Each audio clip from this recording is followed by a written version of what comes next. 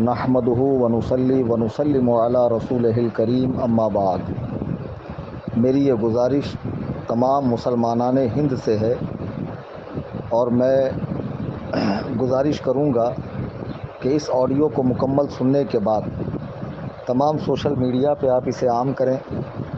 جتنے مسلم یوٹیوبرز ہیں اسے اپنے اپنے چینل پر میری اجازت ہے کہ اپلوڈ کریں اور اسے خاص طور سے ماؤں کو، بہنوں کو، بیٹیوں کو ضرور سنائیں۔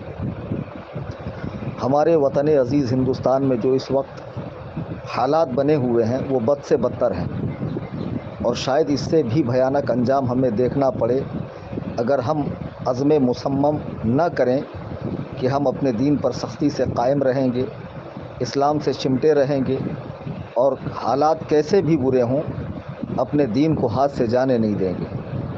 ایسے میں ہمیں چاہیے کہ انبیاء علیہم السلام کی قربانیوں کو، حضرات صحابہ کی تکالیف اور مصائب کو یاد کریں اور یہ سوچیں کہ ان کے مقابلے میں ہمارے ساتھ کچھ بھی برا نہیں ہو رہا ہے۔ وہ ایسے برے حالات میں بھی دین پر سختی سے قائم تھے، تو ان کی سنت پہ چلتے ہوئے ہمیں بھی سختی سے دین پر قائم رہنا ہے۔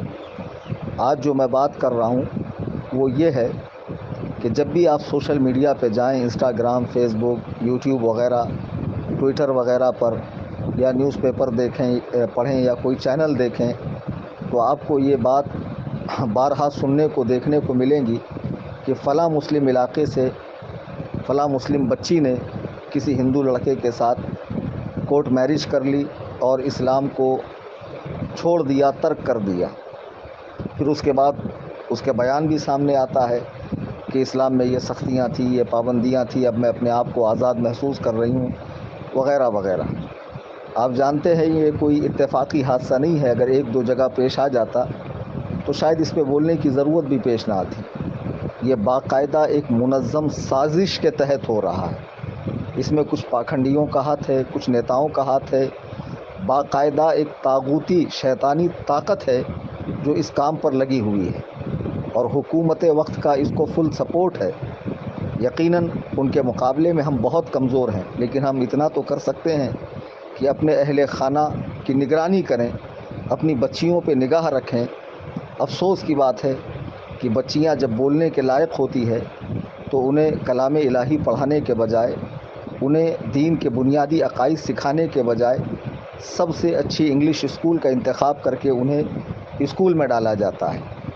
پھر بچیاں کچھ پڑھ لکھ کے قابل بنتی ہیں تو انہیں مہنگے مہنگے سیل فون دلائے جاتے ہیں۔ یہ نہیں سوچا جاتا کہ میری بچی کی کوئی فیکٹری نہیں ہے، کوئی کمپنی نہیں ہے، اس کا کوئی بزنس نہیں ہے، آخر اتنا مہنگا فون اسے دلایا کیوں جائے؟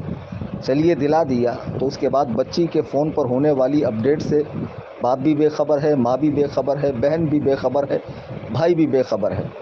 رات رات جاگ کر بچی کس سے چیٹ کر رہی ہے، کیا بات کر رہی ہے۔ پھر دوسرے نمبر پہ بچیوں کو جہاں کو ایجوکیشن ہے، لڑکے اور لڑکیاں ساتھ پڑھتی ہیں، وہاں داخل کرایا جاتا ہے۔ پھر اس کی دوستی پر نگاہ نہیں رکھی جاتی ہے کہ بچی کا یارانہ، دوستانہ کس کے ساتھ ہے۔ کالج چھوٹنے کے بعد، اسکول چھوٹنے کے بعد بچی لیٹ کیوں آتی ہے، وہ کہاں گھومتی ہے، کیا کرتی ہے، کیا نہیں کرتی ہے، کن لوگوں کے ٹچ میں ہے، اس کے ذہن میں کس طرح اس کا مائنڈ سیٹ کیا جا رہا ہے کہ اگر تم مسلمان سے شادی کرو گی تو تمہیں پردے کی پابندی کرنی ہے، بہت سارے بچے پیدا کرنے ہیں، 3 طلاق کا دکھ جھیلنا ہے اور حلالہ جیسی رسم سے تمہیں گزرنا ہے اور ہمارے دھرم میں آنے کے بعد 7 جنموں تک تمہارا ساتھ رہے گا، وغیرہ وغیرہ۔ اس طرح کی باتیں کر کے بچیوں کو جو ہے پھنسایا جا رہا ہے۔ پہلے یہ سنا جاتا تھا کہ فلاں مسلم لڑکے نے ہندو لڑکی سے شادی کی تو اسے میڈیا خوب اچھالتا تھا کہ یہ لو جہاد ہے۔ حالانکہ میں نے اس کے پہلے بھی اپنے بیانات میں کئی بار کہا کہ اسلام میں لو جہاد نام کا کوئی جہاد ہے ہی نہیں۔ کسی بھی مسلمان لڑکی کی شادی کسی غیر مسلم سے ہو ہی نہیں سکتی، اور کوئی ایسا کرتا ہے تو اسے قانون کے تحت سخت سزا ملنی چاہیے۔ پھر کبھی مسلمانوں کو بدنام کرنے کے لیے عجیب عجیب ہتھ کنڈے اپنائے جاتے ہیں۔ اب یہ ہو رہا ہے کہ یہ سلسلہ تو تقریباً ختم ہو گیا، رک گیا، اور یہ ہونا بھی نہیں چاہیے تھا، ہم اس کی کبھی حمایت نہیں کرتے ہیں۔ لیکن اب باقاعدہ ہندو لڑکے مسلم لڑکیوں کو آپ روزانہ اس طرح کی ویڈیو دیکھیں گے، کہیں گارڈن میں لے کے بیٹھ رہے ہیں، کہیں ہوٹلز میں لے کے جا رہے ہیں، کہیں مندر میں آرتی پوجا کروائی جا رہی ہے، باقاعدہ ان سے شادی ہو رہی ہے، کورٹ میرج ہو رہی ہے، اس پر کوئی قانونی کارروائی ہوتی ہی نہیں ہے۔ میں اس کا سب سے بڑا ذمہ دار خود ان کے اہل خانہ کو سمجھتا ہوں۔ بزرگوں نے فرمایا کہ بروز قیامت اللہ کے سامنے ایک عورت 4 لوگوں کے جہنم میں جانے کا سبب بنے گی۔ اپنے باپ کے جہنم میں جانے کا سبب، بھائی کے، شوہر کے اور بیٹے کے۔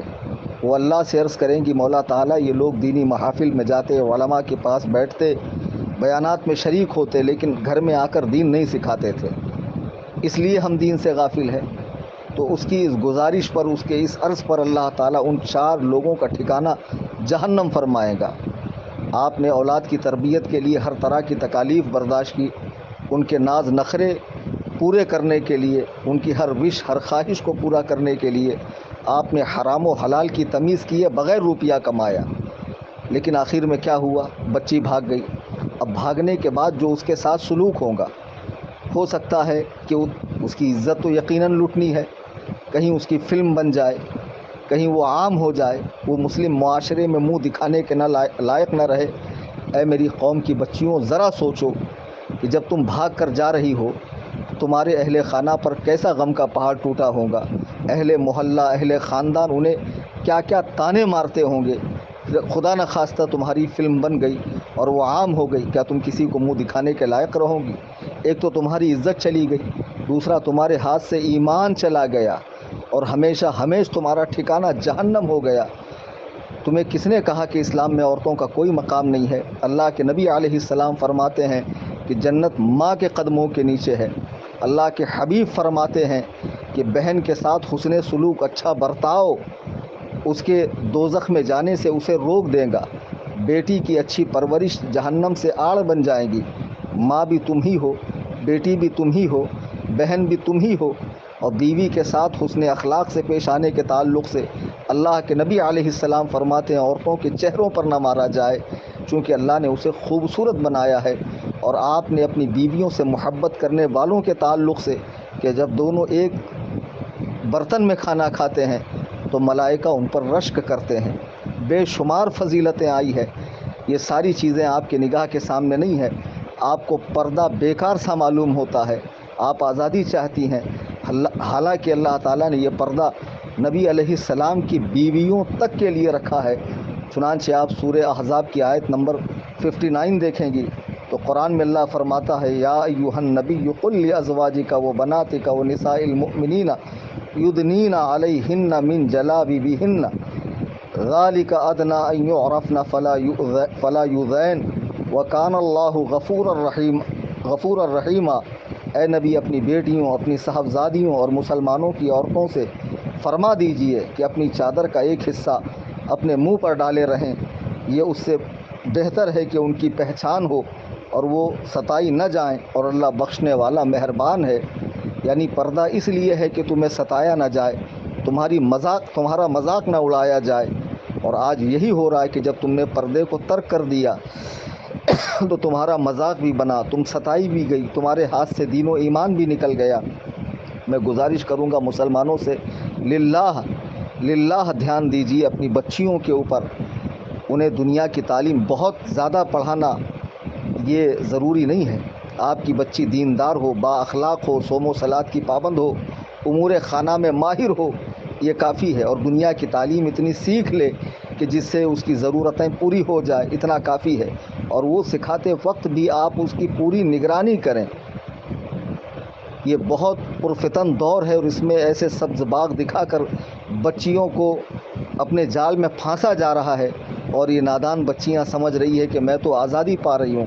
جس آزادی کے چکر میں تو اسلام جیسے سچے مذہب کو چھوڑ رہی ہے، اور جس کے ساتھ بھاگ رہی ہے، اس کی جوانی بھی فانی ہے، اس کا حسن بھی ختم ہونے والا ہے، اس کا مال و دولت بھی مٹنے والا ہے، اور پھر بعد میں ذلت و رسوائی کے سوا تمہارے ہاتھ کچھ نہیں آنے والا ہے۔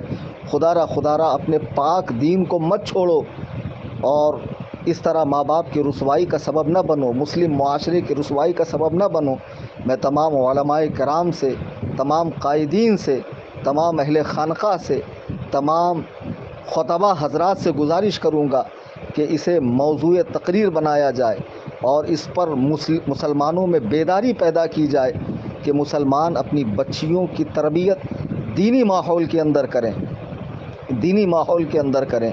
مجھے اس موقع پہ ایک واقعہ یاد آیا کہ ایک جنگ کے موقع پہ اللہ کے نبی علیہ الصلاۃ والسلام صحابہ کے ساتھ تشریف فرما ہیں۔ ایک صحابیہ حضور کی بارگاہ میں اپنے بیٹے کی خبر لینے آتی ہے۔ انہیں معلوم ہوا کہ میرا بیٹا شہید ہوا ہے، تو وہ چہرے کو ڈھک کر آتی ہیں اور عرض کرتی ہیں یا رسول اللہ میرے بیٹے کی کیا خبر ہے؟ تو ایک صحابی نے کہا تمہیں اس حال میں بھی پردہ سوج رہا ہے؟ یعنی یہ تو ایسے غم کا معاملہ ہے کہ تم پر تو غموں کا پہاڑ ٹوٹا ہے، اس میں تو ہوش نہیں رہتا ہے، بال بکھرے ہوئے ہوتے ہیں، دوپٹہ کہاں کے کہاں ہوتا ہے، پیروں میں چپل کا ہوش نہیں رہتا ہے، اور یہاں بھی تم پورے اہتمام کے ساتھ پورے پردے کے ساتھ آئی ہے۔ تو وہ صحابیہ کہتی ہے میں نے اپنا بیٹا کھویا ہے، میں نے حیا کو نہیں کھویا ہے، میں نے حیا کو نہیں کھویا ہے۔ اللہ کے نبی علیہ الصلاۃ والسلام اپنی بیوی ایک نابینا صحابی کے آنے پر فرماتے ہیں کہ پردہ کرو۔ جب انہوں نے عرض کی یا رسول اللہ وہ تو اندھے ہیں، حضور نے فرمایا تم تو انہیں دیکھ سکتی ہو۔ تو مسلمان بچیوں کے لیے، مسلمان عورتوں کے لیے جو پردے کا حکم تھا وہ ان کی عزت کے لیے، اور یہ مت سمجھو کہ پردے میں جو چیز ہے اس کی کوئی حیثیت نہیں ہے۔ اللہ کا مقدس گھر خانہ کعبہ وہ پردے میں ہے، ہر مسلمان کے دل میں ہے۔ اللہ کی مقدس کتاب قرآن کریم وہ پردے میں ہے، غلاف میں ہے، اسے سروں پہ اٹھایا جاتا ہے، چھوما جاتا ہے، احترام کیا جاتا ہے۔ جو چیز کھلی ہوئی ہوتی ہے، کھانے پینے کی کھلی ہوئی چیزوں کو آپ دیکھیں اس پر مکھیاں بھن بھناتی ہے، تو تم بے پردہ جب کالج میں اسکول میں جاؤ گی، ماں باپ کی اجازت کے بغیر یہاں وہاں جاؤ گی، تو یہ جتنی مکھیاں ہیں تمہارے ارد گرد بھن بھنائیں گی اور تمہیں اچک لے جائیں گی، تمہاری عزت بھی جائیں گی، تمہارا نام بھی خراب ہوگا، تمہارا دین بھی چلا جائے گا۔ خدا را ہوش میں آؤ۔ میں عرض کروں گا کہ تمام ہمارے جو ذمہ داران ہیں قوم کے وہ آگے آئیں اور اس مسئلے پر کانفرنس کریں، جلسے کریں، کتابیں لکھیں، اور جگہ جگہ مسلمانوں کو بیدار کیا جائے کہ وہ اپنی بچیوں کی تربیت صحیح کریں۔ یہ چند مختصر سی باتیں تھی۔ خدا واقعی دل دکھتا ہے جب اس طرح کی چیزیں سامنے آتی ہے۔ ویڈیوز وغیرہ واٹس ایپ پہ لوگ بھیجتے ہیں کہ فلاں مسلم بچی گارڈن میں ایک غیر مسلم کے ساتھ گل چھرے اڑا رہی تھی اور انہیں پکڑا گیا، اور پھر وہ بالکل جری ہو کر شیرنی بن کر جواب دیتی ہے کہ کیا رکھا ہے اسلام میں سوائے ذلت کے، رسوائی کے، اور بچے پیدا کرنے کے، اور اس کے اس کے۔ تو یہ جو زبان ان کو پھوٹی ہے اس کی وجہ یہ ہے کہ یہ واقعی دین سے ناواقف ہیں، ورنہ اسلام میں عورتوں کا اتنا مقام رکھا گیا ہے۔